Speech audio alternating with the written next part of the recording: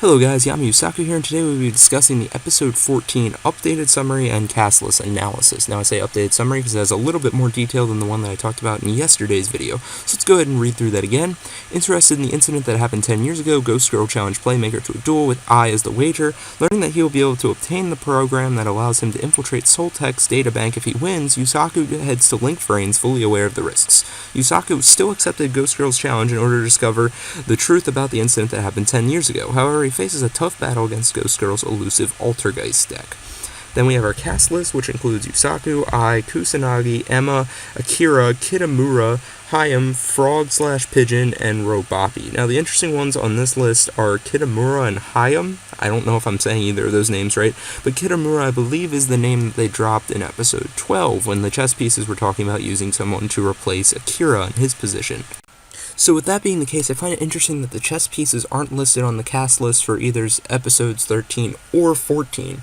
So part of me is wondering if somehow Kitamura knows Akira and then they end up talking for some reason in this episode. Either that or he's sent by the chess pieces to do something to Akira. I really don't know. I think his role is going to be really cool to find out. I'm really interested in what kind of personality he's going to have, especially given how the chess pieces talk about him making a good pawn when they just fired Akira. And Akira, while he definitely had a harder edge in his desire to maintain his job, to provide for Aoi and everything, also did have some heart, and a lot of that was shown in the way that he cared for his sister. And I'm pretty sure it was him, when talking to the chess pieces, who mentioned, we have to be careful what we're doing in Vrains, we don't want the people here to be injured.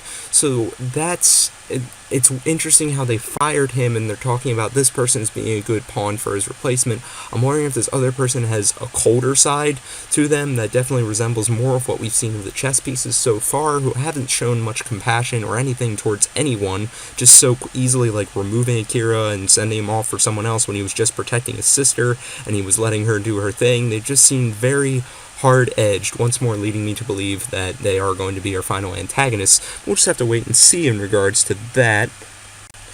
So let's move on to the subject of Yusaku and Ghost Girl's duel, or my bad, Yusaku and Emma. If I'm going to use non-Vrains names, within the virtual world names, I should keep it consistent.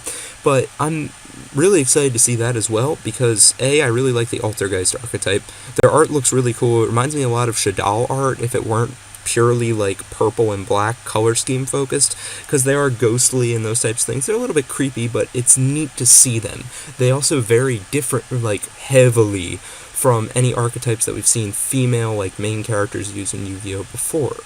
And honestly, something to separate Emma from other female main characters in Yu-Gi-Oh! Probably is a good sign, considering their track record of writing females as identified by any number of people numerous times isn't very good. So maybe they are starting to try and correct that path, and they have been listening to what fans have been saying about that being one of our biggest complaints. So I'm just excited for Emma's character and see her duel. Unfortunately, based on what we've seen in the episode titles for episodes 16 and 17, it really appears like she loses this duel, because the episode 16 title is Infiltrate Soul Technology, something along those lines. With that being the case, it's probable that Yusaku wins, gets the program to enter Soul Technologies, and then continues from there. What's also bothering me and leaving me really intrigued is what's Emma going to do after she loses the duel. I really hope she joins up with Yusaku, since she seems to sort of be a free spirit at this point, but the odds are, given her personality track record, she'll go to whoever the highest bidder is, if there is another bidder. Or maybe she'll go with Akira, because she does seem to have somewhat of a softer side for him, considering she was still helping him despite Soul being against him to an extent, and also being her other employer. She still chose to help him out, try and help Aoi out, those types of things. Maybe she'll end up going with Yusaku. She did seem to show some respect towards Kusanagi when she acknowledged his hacking abilities and those types of things. Maybe they'll form a bond, and then she'll stop doing her one-off jobs and join up with their crew.